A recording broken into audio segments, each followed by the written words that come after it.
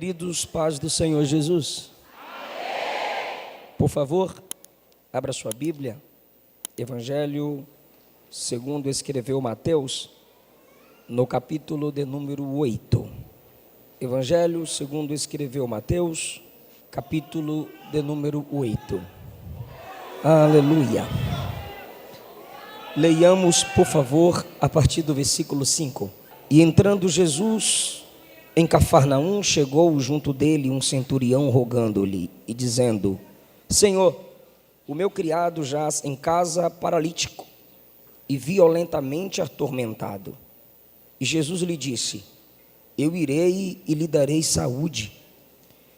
E o centurião respondendo disse: Senhor, não sou digno de que entres debaixo do meu telhado, mas dize somente uma palavra e o meu criado sarará. Pois também eu sou homem sob autoridade, e tenho soldados às minhas ordens, e digo a este: vai, e ele vai, e ao outro: vem, e ele vem, e ao meu criado: faze isto, e ele o faz. Maravilhou-se Jesus ouvindo isso, e disse aos que o seguiam: Em verdade vos digo, que nem mesmo em Israel encontrei tanta fé. Mas eu vos digo que muitos virão do Oriente e do Ocidente, e assentar-se-ão à mesa com Abraão e Isaque e Jacó no reino dos céus. E os filhos do reino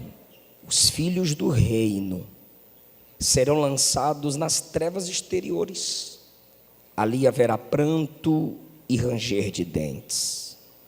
Então disse Jesus ao centurião: vai, e como creste, te seja feito. E naquela mesma hora, o seu criado sarou. Tomai o vosso assento, queridos, muito obrigado. Eu expresso a minha gratidão a Deus por mais uma vez estar com vocês, cultuando a Jesus, e da mesma forma podendo transmitir a sua poderosa palavra. Ao pastor Deiró de Andrade, pastora Ana Suzy, mais uma vez minha gratidão pela oportunidade que me é dada a servir o povo que Deus lhes tem confiado. Ao obreiro Weber, mais uma vez obrigado pelo seu cuidado, o seu contato e a paciência de sempre. Que o seu ministério e sua liderança seja confirmada em Cristo cada vez mais. Pastor Diego, um prazer revê-lo, que o Senhor te use cada vez mais. Queridos, esse texto, esta história, está dentro de o registro do Evangelho de Cristo, registro esse feito por Mateus. Mateus se dedica a apresentar Cristo como o Rei.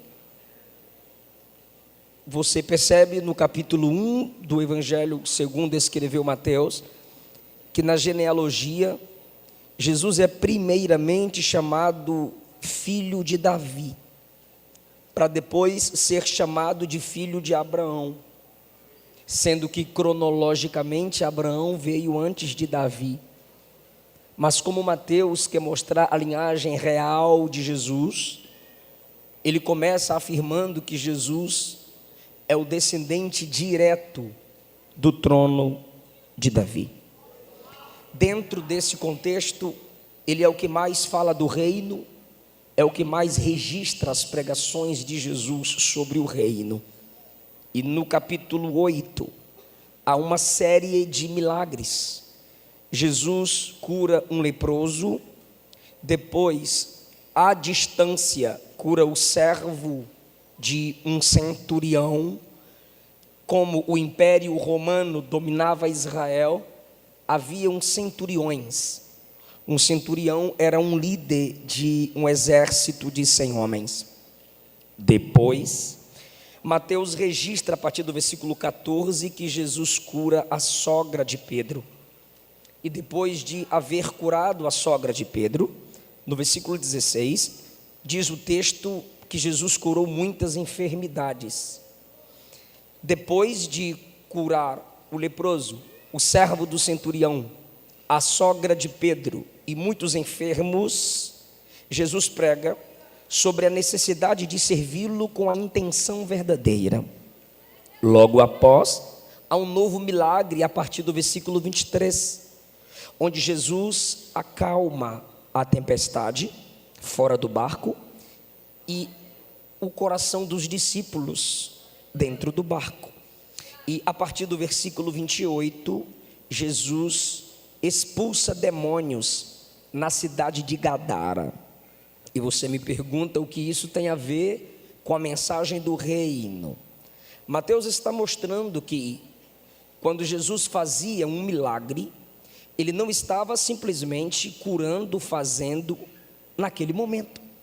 Ele estava ao mesmo tempo apontando a visão humana para duas dimensões: a dimensão passada e a dimensão futura. De modo resumido, Jesus está mostrando a realidade do reino. Se não vejamos, quando ele cura um leproso, quando ele cura o servo do centurião, quando ele cura a sogra de Pedro, quando ele expulsa demônio e quando ele acalma a tempestade, eu vou perguntar e você me responde: no céu vai ter lepra? No céu vai ter paralisia? No céu haverá tempestade? E no céu vai ter possessão demoníaca? Então eu já te levei para o futuro. Agora, passado. Antes da entrada do pecado no mundo, havia doença? Antes da entrada do pecado no mundo, haviam tempestades? Antes da entrada do pecado no mundo, haviam possessões demoníacas? Então, cada milagre que Jesus fazia, ele estava fazendo o homem olhar para o Gênesis e para o Apocalipse. Quando ele fazia o homem olhar para o Gênesis, cada cura ele estava dizendo: antes do pecado não era assim. Sem o pecado no mundo não tinha isso. Então, quando eu estou te curando, eu estou te dando um vislumbre, uma pequena faceta do que é a ausência do pecado no mundo. Jesus estava dizendo para aquelas pessoas que ele curavam que antes da entrada do pecado na terra não era assim. Então, logo, quando Jesus realiza um milagre, ele não está fazendo algo novo. Ele está fazendo o ser humano voltar ao seu normal. Só que ao mesmo tempo Jesus faz o homem olhar para o Apocalipse. Como aqui já foi cantado, quando Jesus cura uma enfermidade, expulsa demônios, acalma a tempestade, ele está dizendo: enquanto meu reino não chega, vocês ainda lutam contra isso, mas quando o meu reino chegar, vai ser assim. É nesse tipo de ambiente que nós nos assentaremos diante da sua mesa. Isso é estar assentado à mesa do rei, no seu reino. Então, mesa é mais do que a mesa do reino, é mais do que presença de pessoas, é a ausência deste mal que aflige o mundo. Mateus é o evangelista em seus registros que apresenta Jesus como rei. Logo, sua intenção é conectar-nos ao reino em todos os capítulos. Tudo que Mateus registra, ele tem em mente mostrar aos homens que de fato Jesus é rei. Vocês leram comigo a partir do versículo 5, depois de entendida essa introdução, que quando Jesus chega na cidade de Cafarnaum, se aproxima dele, veio a ele um centurião, um capitão de 100 homens, é um homem extraordinário, falavam bem dele, ele era amigo dos judeus. Os próprios judeus afirmam em Lucas capítulo 7 que ele havia feito uma sinagoga para os judeus. Esse homem é extraordinário também, pois ele, sendo o líder, o chefe, o capitão, ele demonstra amor, respeito por um servo doente. Ele não observa aquele servo como uma máquina de trabalho, como uma escada ambulante pelo qual ele pode subir e se dar bem na vida. Não, enquanto o servo trabalha, está com ele. o servo está enfermo, ele vai até Jesus, abre mão de seus deuses e invoca ao verdadeiro Deus encarnado que cure o seu servo. E o texto diz que ele rogava. Ele sai de casa, segunda atitude, ele roga. E a terceira é que ele crê. Quando ele roga, ele diz no versículo 6: Senhor, o meu criado jaz. Esta expressão jaz ele não está numa condição confortável, é uma condição desprezível para ele mesmo. Jaz em casa, paralítico e violentamente atormentado. Além de paralítico, haviam forças demoníacas oprimindo aquele rapaz. Então Jesus lhe dá uma resposta: eu irei e lhe darei saúde. Quando Jesus diz que vai até a casa daquele homem e lhe promete saúde, ele se humilha ainda mais. Ele reconhece tanto a grandeza de Cristo. Se fosse eu, claro, e qualquer um de vocês, pelo conhecimento que nós temos das Escrituras, nós não falaríamos isso. Dá para ter outro modo de humildade. Nós diríamos: Senhor, a casa não está muito arrumada, mas vamos, que o Senhor vai fazer do jeito que o Senhor quiser. Mas vem, eu não vou perder a bênção. Mas esse homem é extremamente simples e vazio do conhecimento que nós temos, que ele chega a dizer: eu não sou digno de receber uma presença tão santa na minha casa.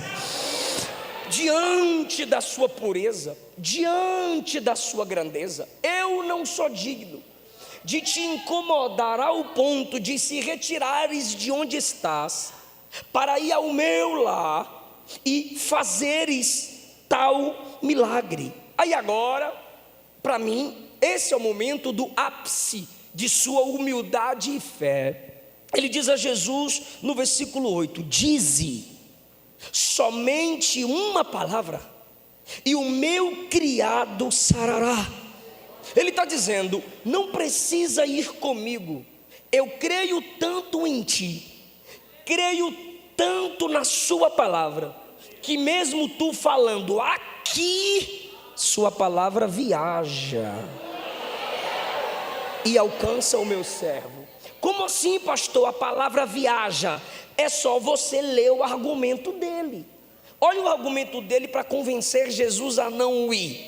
Versículo 8. Versículo 9: também, me ajude, diga também.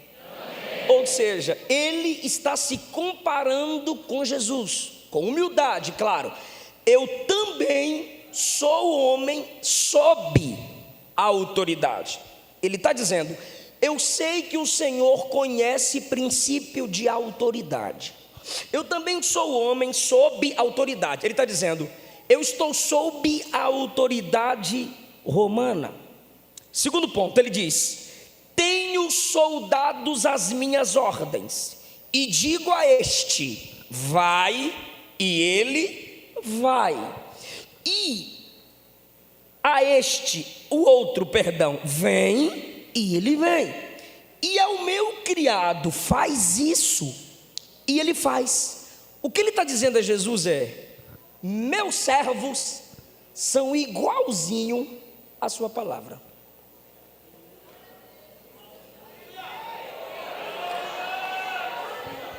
Senhor, quando eu dou uma ordem, o servo obedece e o que eu quero é feito. Do mesmo jeito, se o Senhor falar, sua palavra faz aquilo que o Senhor ordenar.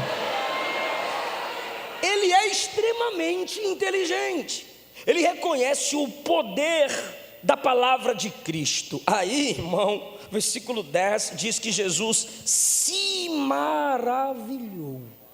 Só há duas vezes na Bíblia que positivamente Jesus se maravilha, em questão de comparar fé com incredulidade.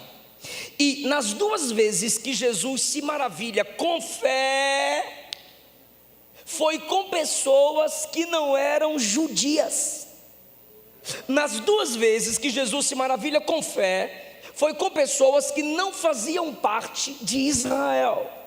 Primeiro, esse homem. Segundo, a mulher sirofenícia. A filha estava atribulada por demônios em casa. Jesus estava passando perto de onde ela habitava. Ela vem até Jesus, se prostra e diz: Senhor, tem misericórdia de mim. É a filha que está atribulada, mas mãe é assim. A dor de uma filha é a dor da mãe. Ela diz: tem misericórdia de mim, a dor é em mim, pois a minha filha é atormentada por espíritos malignos. E Jesus testa esta mulher. Jesus diz: não é bom pegar o pão dos filhos. Israel, igual Jesus chama Israel aqui no versículo 12 de os filhos do reino. E esse texto aqui não é muito fácil de pregar, foi o pastor Deiró que deu, então presta bem atenção, porque ele é mestre. Então deixa eu me esforçar. Quando Jesus vai testar a fé daquela mulher, ele diz: não é bom pegar o pão dos filhos, que é Israel, aqui ó, capítulo 8, versículo 12, os filhos do reino, é Israel, tá? Não é bom pegar o pão dos filhos, que é Israel, porque Jesus veio primariamente para Israel. Lembra de João capítulo 1? Ele veio para os seus, ele veio para os seus, porém os seus não o receberam. Ok, não é bom pegar o pão dos filhos e dar aos cachorrinhos. Cachorrinhos são filhotes de estimação. Jesus não está comparando aquela mulher com aqueles cães ferozes, vira-latas na rua que destruía os lixos e eram odiados por demais pelos judeus. Jesus diz a ela: para de mimimi, viu? Não começa não, está falando mal dos bichinhos. Vem com essa ideia de feminismo para cá.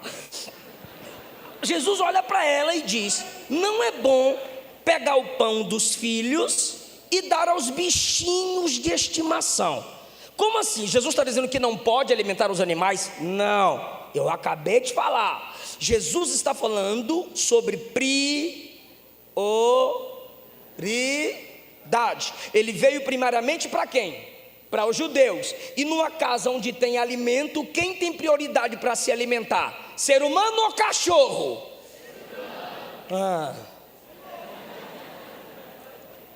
Aí Jesus diz: não é bom tirar o pão dos filhos que estão à mesa e dar aos cachorrinhos. Olha o teste que Jesus coloca aquela mulher. Ela poderia olhar para Jesus e dizer: está me chamando de cadela? Que pastor é tu?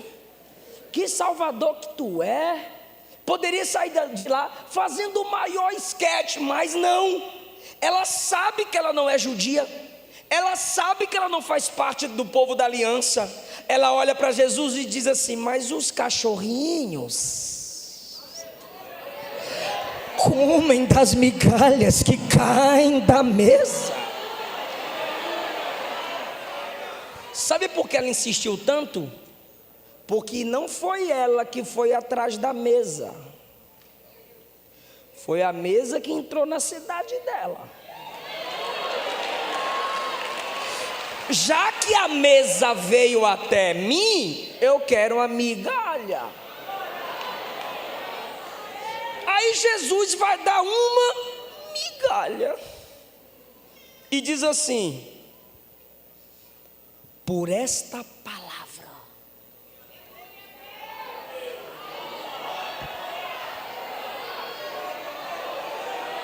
Aleluia! Na mesma condição do centurião, ela não é judia, só que o centurião crê na palavra que vem dele. Jesus inverte com ela e diz a ela: por essa palavra. Está claro no texto, palavra dele ou dela? Dela. Por essa palavra. Que palavra? De humildade. Os cães, os cachorrinhos comem pelo menos da migalha que cai. Ele diz: por essa palavra eu te dou a migalha. Vai, o demônio já saiu de tua filha.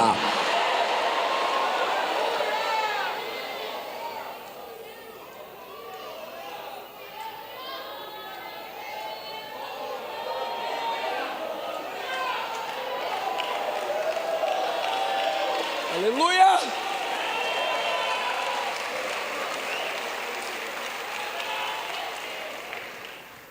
centurião quanto ela estavam na nossa condição, fora da aliança.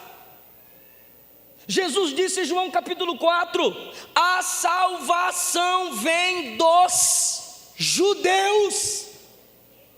Só que eles se orgulhavam disso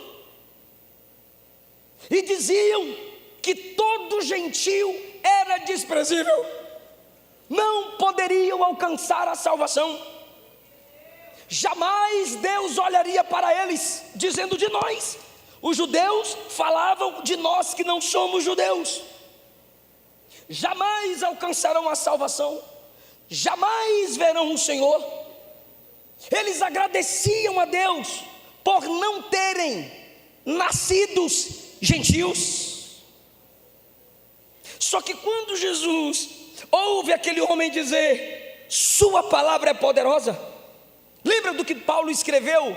Os judeus pedem sinais. Esse homem está dizendo: eu preciso só da sua palavra.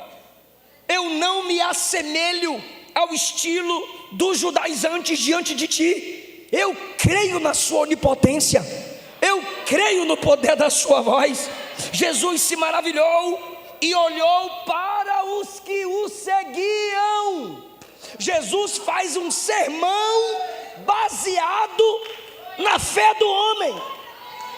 Jesus olha para o público que o segue e diz assim: em verdade vos digo, nem mesmo em Israel achei tanta fé. Vocês são descendentes de Abraão, de Isaque, de Jacó, viram mar se abrir, comeram maná do céu, tiveram grandes experiências, mas me rejeitaram. E esse homem que não viu nada do que vocês viram, acredita na minha palavra. Aleluia. E aí, meu irmão, minha irmã, Jesus libera uma palavra aqui. Essa palavra faz com que os judeus odeiem Jesus, fora os messiânicos. O não judeu messiânico odeia muitas pregações de Jesus. Está mudando aos poucos, mas existem muitos. Não sei se você já viu documentários, os cristãos passando e eles cuspindo os cristãos, por causa das palavras de Jesus que os apóstolos reverberaram. E eu vou explicar o porquê. Permita, por favor, meditar, ler a vocês uma pesquisa que eu fiz. Eles acreditavam que quando o Messias viesse, todos os judeus se assentariam diante de, escute isso, diante de uma grande mesa, juntamente com o Messias. Para quê? Para comemorar a chegada do Messias. E um dos motivos pelos quais a maioria dos líderes judaicos não tinham paciência com Cristo, não queriam se submeter ao seu senhorio, era porque eles queriam que Jesus apressasse algumas promessas escatológicas. E Jesus priorizava as promessas de restauração do coração das pessoas. Olha como eles oravam. No livro que eles meditavam muito, 4 Esdras 6:52, não vai procurar não, viu? Não me estressa não. No livro que eles meditavam, 4 Esdras 6:52, olha como eles oravam. O Beimote, o maior das bestas terrestres, e o Leviatã, o maior dos monstros marinhos, serão os manjares que deles comeremos no grande banquete do Messias. E eles continuam, não dê glória não, fica ligado. E eles continuam orando: tu, Senhor, os reservaste para serem comidos por aqueles que tu escolheu, no momento em que tu o decidas. Eles oravam dizendo que quando o Messias chegasse, ele iria pegar o Behemote, o Leviatã, os maiores animais, os maiores monstros marinhos, e os faria comida para os judeus no grande banquete. Mas o banquete seria apenas para os judeus.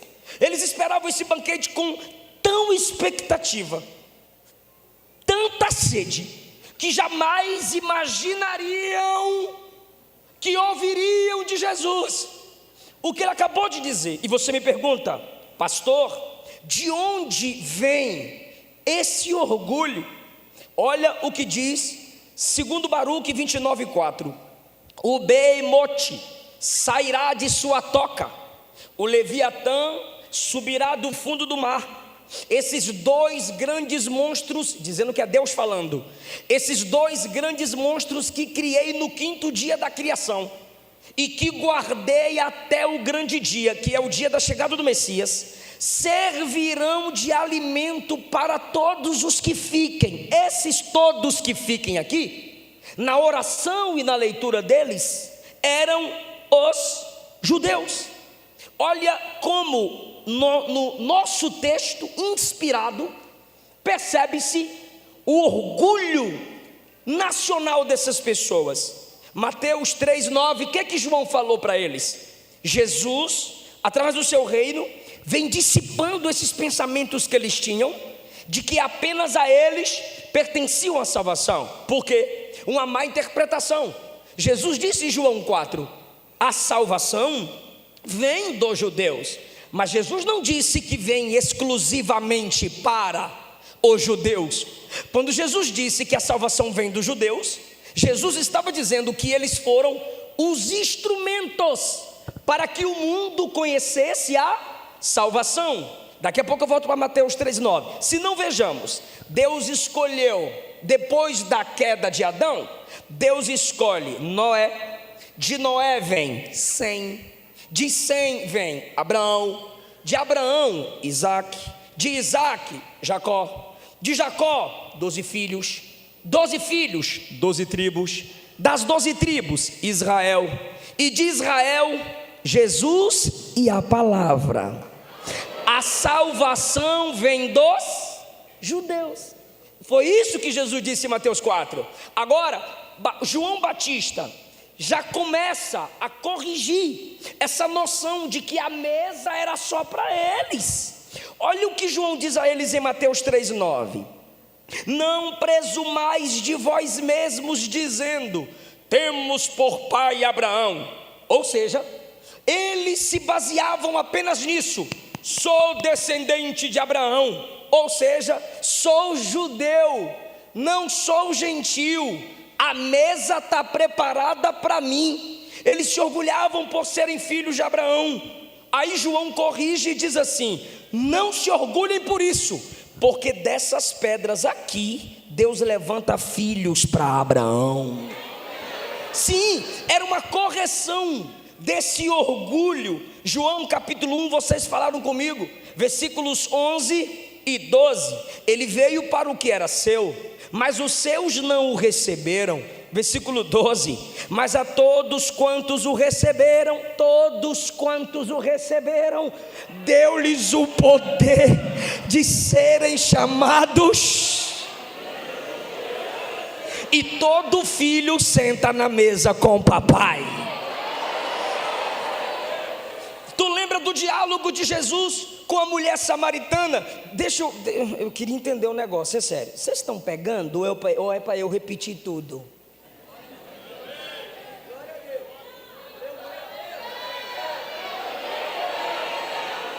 Então eu falei que a fé que deixou Jesus maravilhado sempre foi de pessoas que não eram judias e judeu, ok. Aí quando Jesus vai conversar com o centurião, Jesus vai agora abrir um leque escatológico e vai dizer algo que os judeus não aceitam. Lembram disso?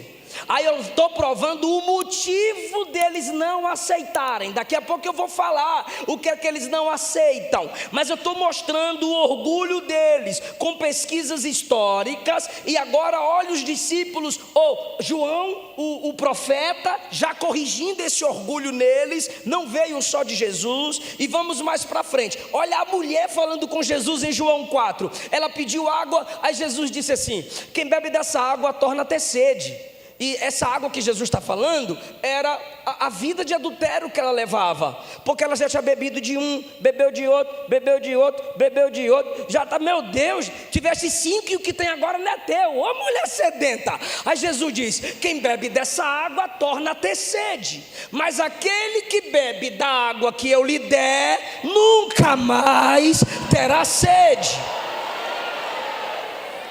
Ok, agora olha o orgulho nacional dela. Olha o orgulho, ela era samaritana. Ela olha para Jesus e pergunta assim: onde você tem essa água? Tu é maior que Jacó? O público de João dizia assim, ó: sou filho de Abraão. E agora essa mulher samaritana olha para Jesus e diz: sou descendente de Jacó. Guarda, só no cantinho assim: Abraão, Jacob, Jacó. Ok, capítulo 8 de João, versículo 39. E eles, os judeus, contestaram a Jesus: Abraão é nosso pai. Jesus pregando que tem que crer nele, tem que recebê-lo como filho de Deus. Eles interrompem a pregação de Jesus: somos filhos de Abraão. Olha a porrada que Jesus dá. Se fosseis filhos de Abraão, faríeis as obras de Abraão.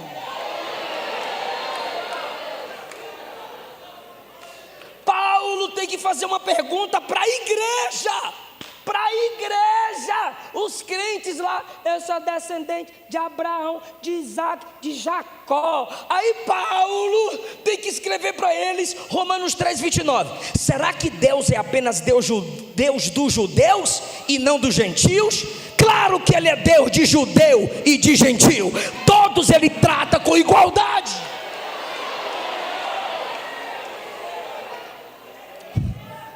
Mas por que Paulo está dizendo isso? Por causa do que Jesus disse. Olha o que Jesus disse no versículo 11. Projeta aí, vou esperar. 2. Não me estressa. Mateus 8:11. Mateus 8:11. 2. Rapaz, foi mais rápido. Toda igreja. Não tem não? É só para mim. Mas eu vos digo. Olha só. Volta um versículo. Não, mas ninguém está vendo, deixa só, olha para mim. Ah, tá vendo, então olha para lá.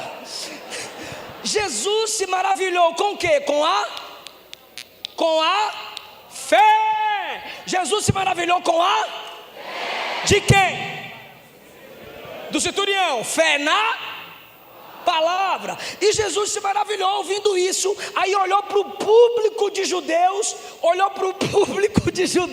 Jesus era encrenqueiro, irmão. Olhou para o público dos judeus e disse: em verdade digo a vocês, que nem mesmo entre vocês encontrei tanta fé. E agora ele vai complicar ainda mais. Continua: eu vos digo, muitos virão do Oriente e do Ocidente e vão se sentar à mesa com quem?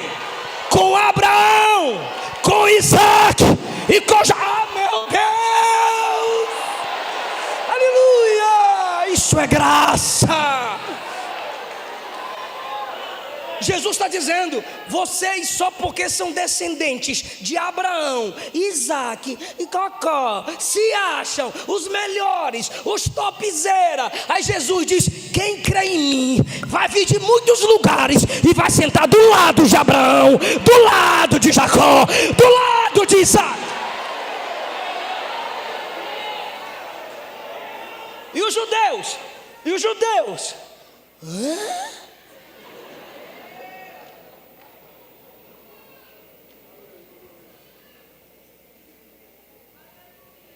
Oriente é a região deles, Ocidente é a região fora da região deles. Jesus está dizendo que pela fé, o leque, a porta está aberta. Galeria parece que não pegou. Jesus está dizendo assim, ó: não é porque você tem sangue de Abraão, é pela fé no meu sangue. Ah, mas o judeu tem o tabernáculo, eu sou o tabernáculo. O judeu tem o altar, eu sou o altar. O judeu tem a mesa da intercessão, eu sou o sacerdote. O judeu tem o pão da preposição, eu sou o pão vivo que desceu do céu. O judeu tem a arca da aliança, eu sou o símbolo da nova aliança. O judeu tem a porta da fé, eu sou a porta, e quem passar por mim salvar-se-á. Jesus, Jesus.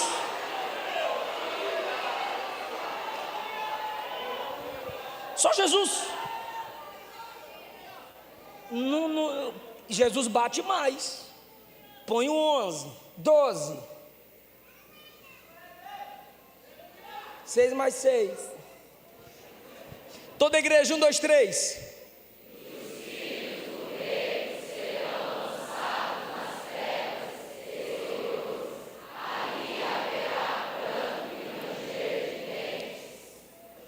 Meu Deus. Ele inverteu as coisas. Ou tu quer que eu leia de novo o negócio lá do beimote, dos bichos grandes do mar? Eles diziam: nós os judeus vamos nos sentar à mesa do Messias e vamos nos alimentar dos peixes grandões, os monstros marinhos. Só nós judeus, quem não é judeu vai tudo para as trevas. Só nós os herdeiros do reino. Aí vem Jesus e diz: muitos que não faz parte de vocês virão e vão se assentar na mesa ou à mesa com aqueles que vocês tanto se referenciam. E vocês que humilham os gentios, que desprezam os gentios, que diz que não há salvação para quem não é judeu, os filhos do reino serão lançados nas trevas. Tem um versículo que a gente canta e às vezes prega. Como a Bíblia já me corrigiu, eu não prego mais. A gente quer empolgar o público e fala assim: você vê gente lá em cima e você fica aqui embaixo. Você vê gente no cartaz e você não tem cartaz. Você vê gente famoso e você não tem fama. Não empolgue não, eu estou imitando só. Fique tranquilo, porque a Bíblia diz que os últimos serão os primeiros. Aí os invejosos: ó glória!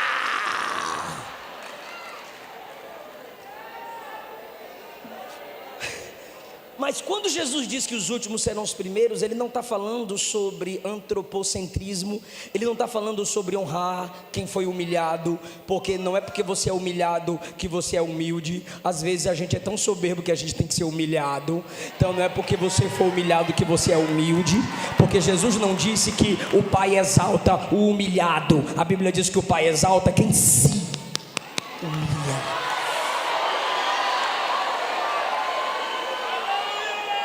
Então, o que é os últimos serão os primeiros e os primeiros serão os últimos? Na fila da salvação, Israel era primeiro e os gentios nem segundo era. A gente estava no último dos últimos dos últimos. Só que Jesus diz: os últimos serão os primeiros. Por quê? Os judeus disseram: eu não quero, solta Barrabás, crucifica Jesus. E a igreja: eu sou Barrabás, deixa Jesus livre, deixa Jesus salvar, deixa Jesus libertar. A igreja recebeu. Eles rejeitaram, a gente pegou a benção. E os filhos do reino serão lançados nas trevas exteriores. Então, cuidado com o que tu está ouvindo aí na internet, os pregadores de net, tá? Vão para o inferno. Ali haverá pranto e ranger de dentes. Pastor, o judeu, o que é que tem o judeu?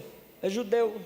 Não, mas que não ama Jesus, que não crê em Jesus. Eu não vou falar não, eu vou deixar Jesus falar.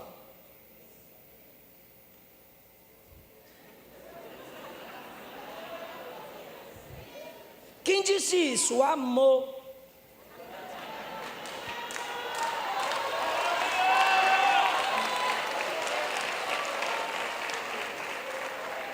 Quem são filhos? Herdeiros do reino.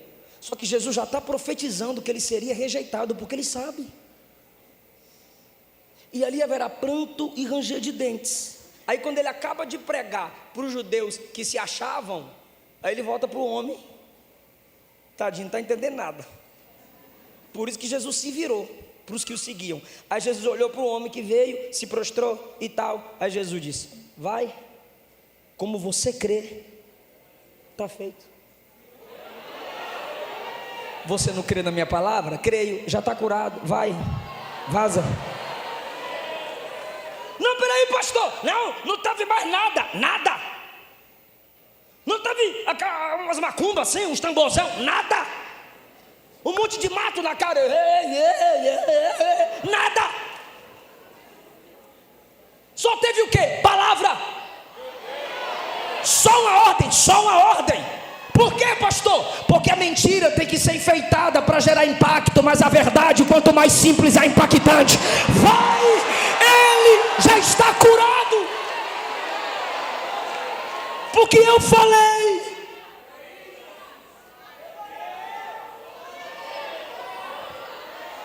Você que não é evangélico, você que está afastado do evangelho, você que está na prática do pecado, tem duas opções para você hoje aqui. Versículo 11: muitos virão e se assentarão à mesa. Versículo 12: treva, onde tem pranto e ranger de dente, inferno. Eu te faço uma pergunta: você quer ir à mesa ou quer ir para as trevas? Só tem duas opções: mesa, treva, Jesus, Satanás, céu, inferno, salvação, perdição. Não há outro. Pastor, eu quero a mesa, palavra.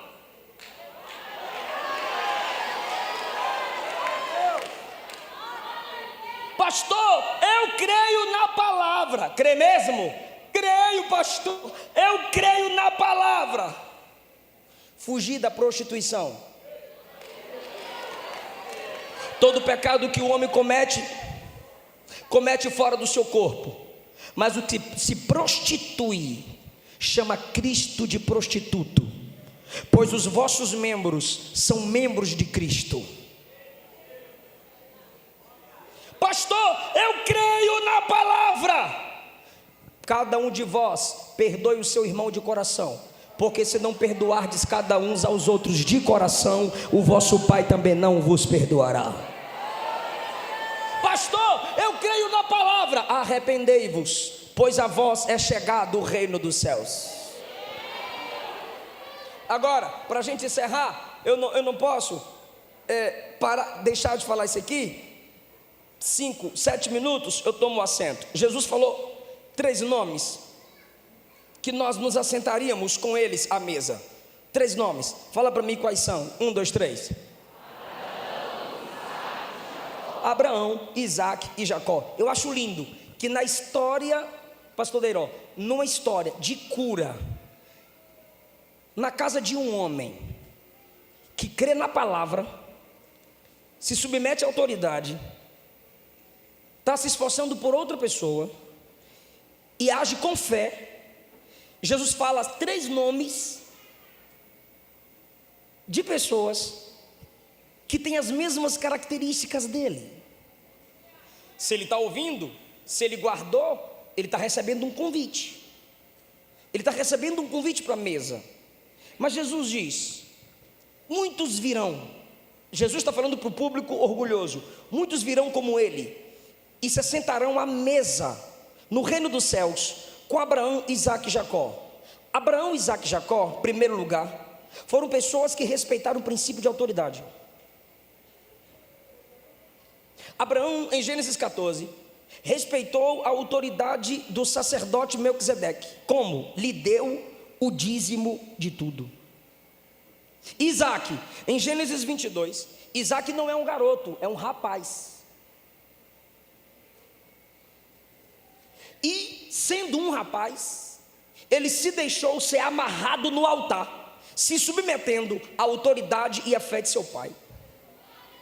Em Gênesis 24, ele obedece o princípio do pai. Que princípio? Você não vai casar com moças dessa terra. cananéias. O meu servo vai trazer uma mulher na direção de Deus para você.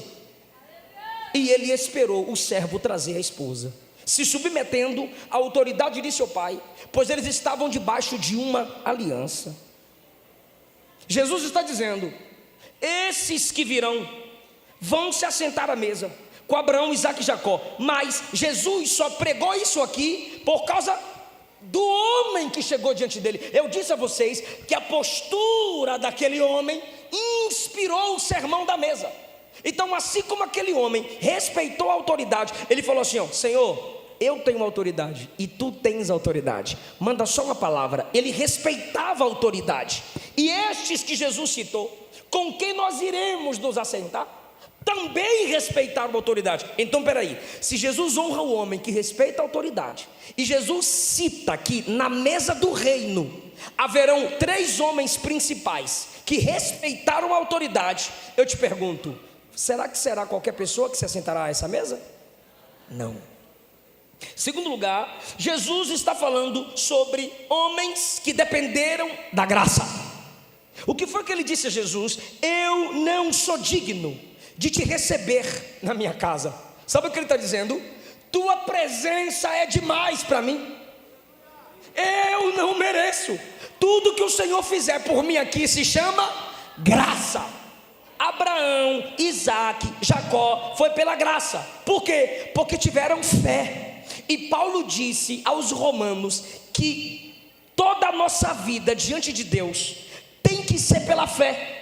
Porque se não for por fé, não é pela graça, mas é por obras. Quem confia só nas obras, não tem fé que é Deus que faz. Então Abraão, Isaque e Jacó não dependeram das obras, mas da graça, pela fé. Hebreus 11:8, pela fé, Abraão sendo chamado obedeceu. Hebreus 11:20, pela fé, Isaque abençoou Jacó. Hebreus 11:21, pela fé, Jacó abençoou cada um dos filhos de José. Terceiro lugar, eu disse que a fé do centurião inspirou Jesus a falar da mesa. E Jesus disse que na mesa estariam homens com as mesmas qualidades do centurião. Terceiro, o centurião intercedeu por outro. Ele está ali não por ele, mas por causa de alguém. Abraão, Isaque, Jacó também foram bênçãos para outros. Abraão, em Gênesis 14, foi em busca dos que foram levados cativos na guerra dos 9 reis, pegou 300 homens e disse: não vamos deixar esses reis que estão guerreando levar pessoas cativas. Abraão trouxe os cativos, ainda trouxe os bens dessas pessoas. O que ele tinha a ver com aquilo, meu Deus do céu? Só bastava ajudar Ló, mas ele trouxe todos que ele pôde ajudar. Assim como o centurião está ali por causa de alguém, Abraão foi à guerra por causa de gente que ele nem conhecia. Gênesis 26:3, Deus falou para Isaque: permanece na terra, eu serei com você, eu vou te abençoar e a sua descendência vai herdar o que eu vou te dar. Então Isaque sabe, ele precisa ser fiel porque ele tem herdeiros. Ele estava pensando nos outros. Em Gênesis 26 ainda, os habitantes de Gerar olharam para Isaque e expulsaram Isaque. Ele saiu. Quando ele sai, ele começa a cavar poços e começaram a entulhar o poço. Isaque saiu para não brigar. Entulharam outro poço, Isaque saiu para não brigar. Entulharam outro poço, Isaque saiu para não brigar. Aí teve um poço que ele cavou e ninguém brigou mais por causa do poço. Aí ele se alegrou. Quando ele se alegrou, a liderança que expulsou ele veio até ele e disse: temos visto que Deus é contigo, faz aliança com a gente. Aí Isaque disse: tá bom, tá perdoado, bora fazer aliança. Olha o coração de Isaque se importando com os outros. Jacó também.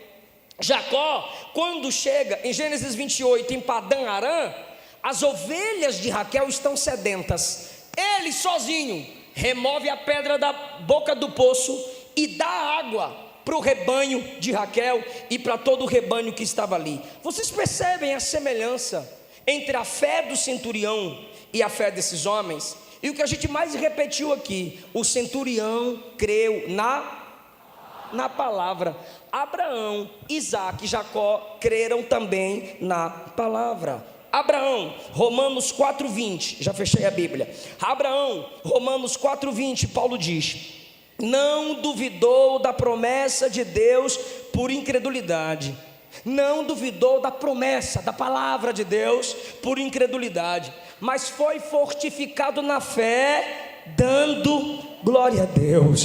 O versículo 21 diz assim: estando certíssimo de que o que ele tinha prometido também era poderoso para fazer. Igualzinho o centurião. O centurião creu na palavra, Abraão creu na palavra. Não é em vão Jesus usar esses três homens assentados à mesa com a gente, porque o centurião está dando um exemplo para nós aqui, através da sua fé. E Jacó, Salmo 147, verso 19: Deus anuncia a sua palavra para Jacó. E Isaque, Gênesis 22, lembra da pergunta que ele fez para o papai? Meu pai, aqui está a lenha, aqui está o cutelo, aqui está o fogo, mas aonde está o cordeiro? O pai só bastou dar uma resposta: Deus.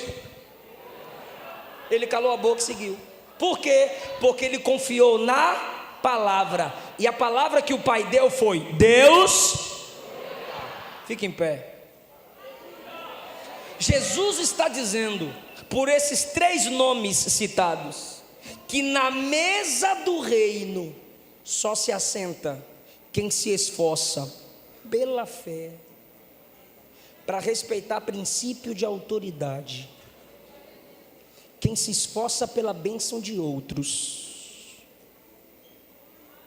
quem depende da graça para vencer nesse mundo, e quem crê na palavra. O que está escrito é palavra de Deus. Eu posso te falar algumas promessas? Ele disse para a igreja: ide por todo mundo, pregai o evangelho a toda criatura, faça discípulos, batizando em nome do Pai, do Filho e do Espírito Santo. E a promessa: eu estarei convosco todos os dias. Pedro, pregando em Atos 2, diz que o Espírito Santo não era só para aquele dia, era para aqueles que estavam lá, para os filhos deles, para os que estavam longe e para todos aqueles a quem o Senhor chamar. Sabe qual é a promessa? O Espírito Santo ainda pode e quer ser derramado sobre nós. Nós cremos na palavra. Quem lembra daquela música da Cassiane? A tua palavra escondi. Lembra? Eu sei que lembra, tu não é Nutella?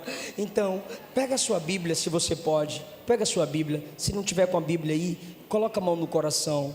Mas na próxima, tá bom? Esteja com a Bíblia, é legal. Põe a mão no seu coração. Pastor, minha Bíblia está aqui no iPad. Põe ele no coração. Põe. Isso. Pega a sua Bíblia.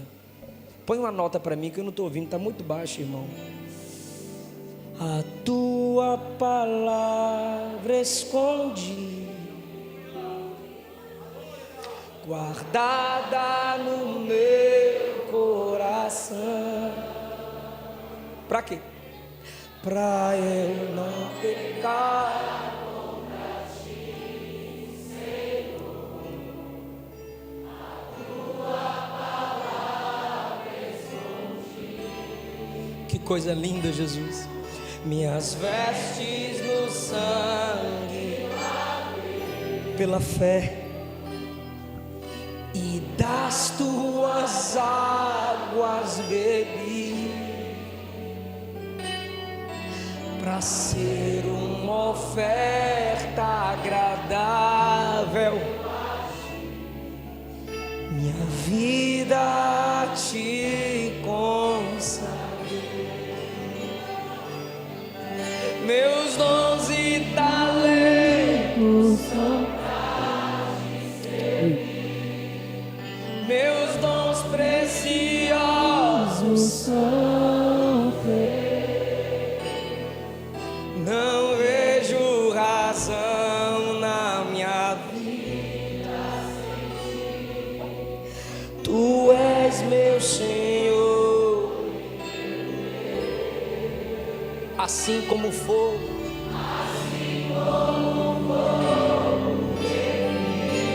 Vem sua obra em nós completar.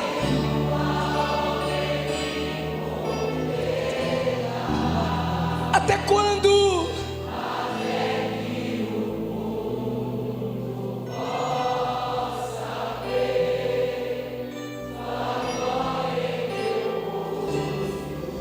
Brilha. De novo, até que o mundo possa ver a glória em meu rosto.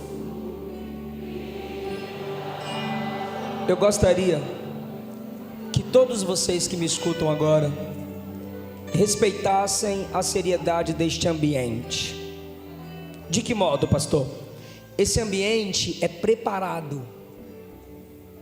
Você viu que a família Tavares cantou um hino lento, reflexivo, de adoração, e depois meteu bola de fogo na gente.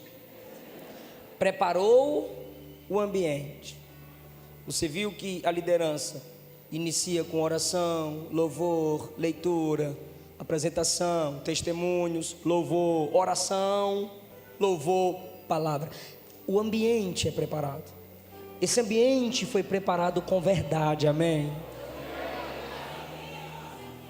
Então eu vou perguntar, e você vai me responder. Se você respeita, sendo crente ou não, se você respeita a seriedade deste ambiente, você vai responder com verdade. Qual é a sua escolha? Trevas ou a mesa do reino?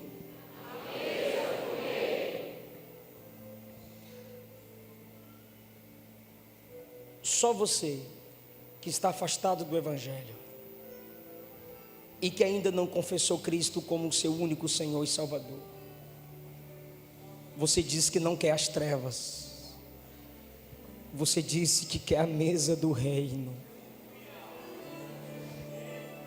Essa igreja já escolheu a mesa, ela já está usufruindo da comunhão que a mesa oferece. Mas se você quer orar por você agora, vem cá na frente. Vem cá na frente. Vem para a mesa. Vem para a mesa. Vem para a mesa. Aleluia, aleluia, aleluia. Vem para a mesa. Aleluia, aleluia, aleluia. Vem para mim. Oh, quão cego andei e perdido vaguei, longe, longe do meu Salvador, mas do céu ele vem para a mesa e seu sangue verter para salvar o tão pobre pecador. Foi na cruz. Oh, vem para a mesa, filho. Vem para a mesa, filha. As trevas não é o seu lugar. Vem para a mesa. Vem para a mesa, moça. Vem para a mesa, filho. Vem para a mesa, adolescente. Vem para a mesa, criança. Se você está sentindo Jesus te chamar, vem para a mesa. As almas estão vindo, a igreja se alegra. Dessa graça, pode vir para o púlpito, vem para a mesa. A igreja vai te olhar e vai orar por você. A igreja vai te olhar e vai te ajudar. Vem para a mesa, vem para a mesa. Aleluia. Vem, filho, papai perdoa. Papai te tira do caminho das trevas. Vem para a mesa. Vem para a mesa. mesa, é pela fé. É pela fé, não é pela sua força, é pela fé. É pela fé. Se você crer, será salvo tu e tua casa. Venha, o Filho do Homem te liberta, e conhecereis a verdade, e a verdade vos libertará. Vem para a mesa, vem para a mesa, sai do caminho das trevas, vem para a mesa, vem para a mesa. Aleluia. Canta, igreja. Mais um dia senti meu pecado e vi sobre mim a espada da lei. Apressar, vem pra mesa, filho. Em Jesus me escondi.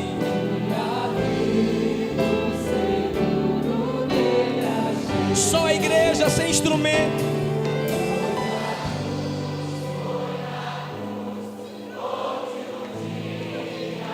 Vindo para a mesa, Jesus te tira das trevas e te traz para a mesa.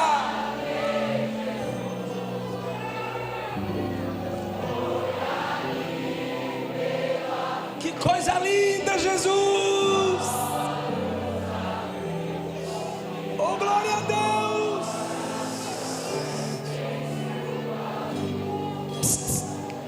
Se tu me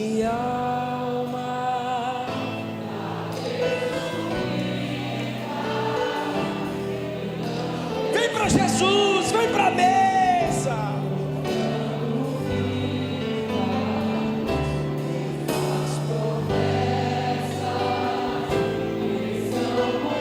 Perdoa, Jesus, sara, Jesus, cura, Jesus, transforma, Jesus. Canta forte.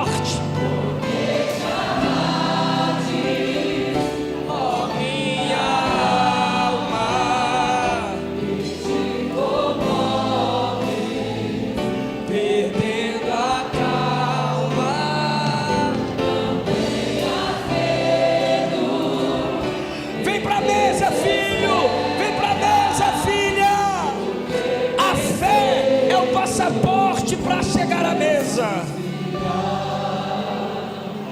Ele intercede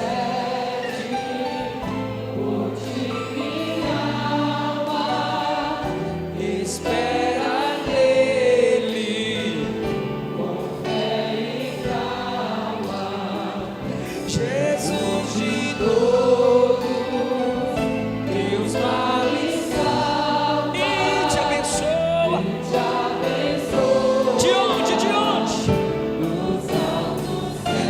Porque te amados, oh minha alma, Ele perdoa, Ele lava, Ele santifica, perdendo a calma. Não tenha medo, não. Em Deus espera,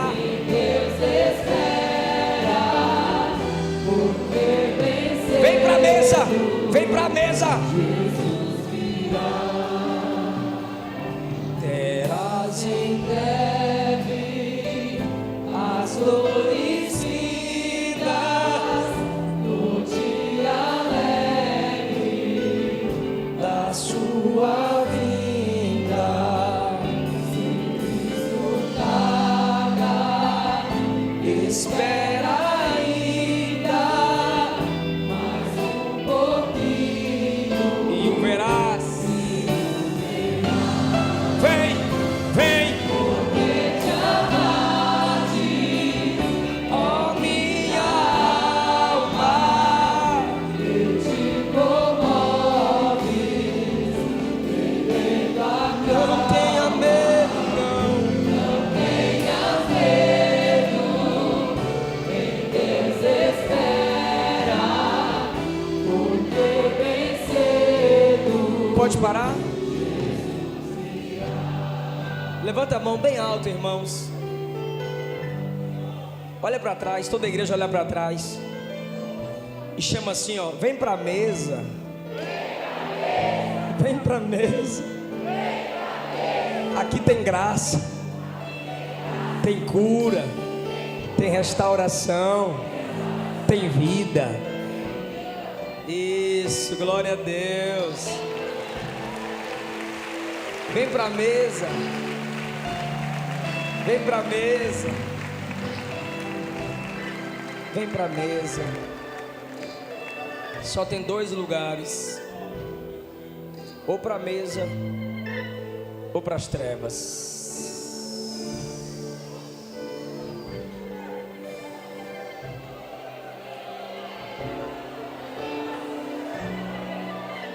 Olha o tanto de gente que escolheu a mesa.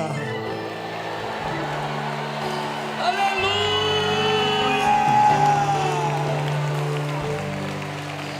Aleluia!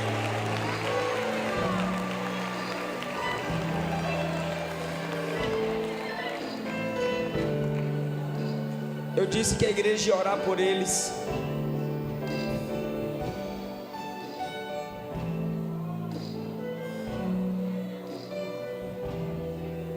Vamos orar por eles.